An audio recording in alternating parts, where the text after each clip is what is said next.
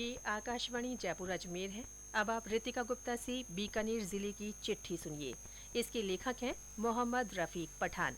बीकानेर जिले के सातों विधानसभा क्षेत्रों में चुनावी सरगर्मियां तेज हो गई हैं। बीकानेर पूर्व, बीकानेर पश्चिम, नोखा, श्री डूंगरगढ़, श्री कोलायत, लूण करणसर और खाजूवाला में चुनावी हलचल बनी हुई है। भारतीय जनता पार्टी ने जिले की सबसे चर्चित बीकानेर पूर्व सीट पर एक बार फिर सिद्धि कुमारी को टिकट दिया है। बीजेपी ने चौथी बार विधायक सिद्धि कुमारी पर भरोसा जताते हुए उन्हें चुनावी समर में उतारा है। बीजेपी ने बीकानेर पश्चिम पर पहली बार जेठानंद व्यास को टिकट दिया है। वहीं लूण करणसर से सुमित गोदारा, नोखा से बिहारी लाल विश्नोई और श्री डूंगरगढ़ में वरिष्ठ नेता ताराचंद सारस्वत को अपना चेहरा बनाया है। उधर खाजूवाला में एक बार फिर से डॉक्टर विश्वनाथ मेघवाल और श्री कोलायत से भाजपा ने देवी सिंह भाटी की पुत्रवधू पूनम कंवर को टिकट दिया है। कांग्रेस ने नोखा से सुशीला डूडी, बीकानेर पूर्व से यशपाल गहलोत, बीकानेर पश्चिम से बीडी कल्ला, खाजूवाला से गोविंदराम मेघवाल, श्री कोलायत से भंवर सिंह भाटी और लूण करणसर से डॉक्टर राजेंद्र मूंड को मौका दिया है। जिले में कुल 17,76,000 से ज्यादा मतदाता हैं।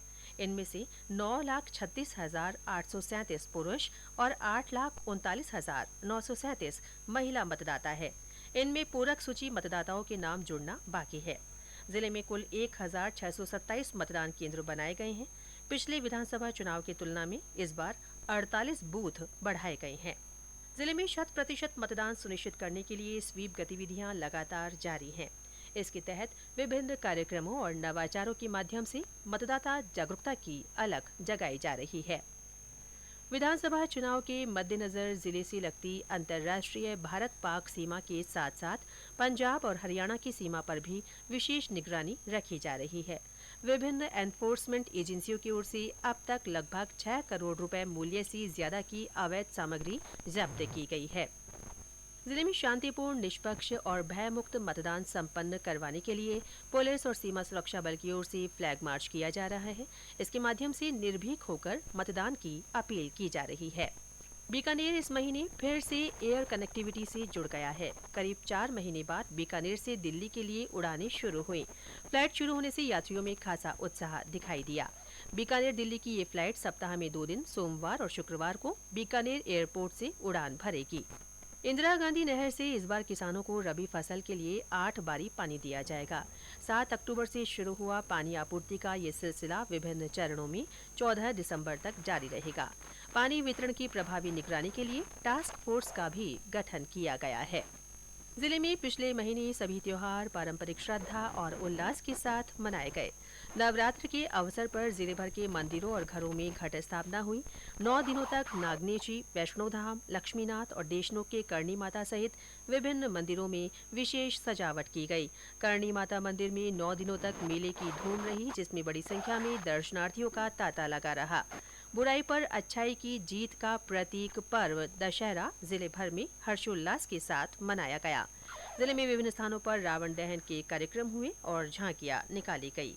अंतर्राष्ट्रीय बालिका दिवस के अवसर पर जिले भर में कई कार्यक्रम हुए। पाबूबारी के राजकीय उच्च माध्यमिक विद्यालय में बाल विवाह रोकथाम के लिए जागरूकता कार्यक्रम रखा गया।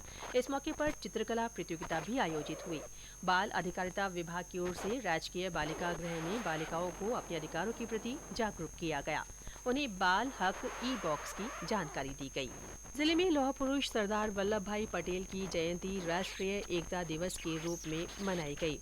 सरदार पटेल मेडिकल कॉलेज में हुए श्रद्धांजलि कार्यक्रम में लौह पुरुष का स्मरण किया गया और प्रतिभागियों को राष्ट्रीय एकता की शपथ दिलाई गई।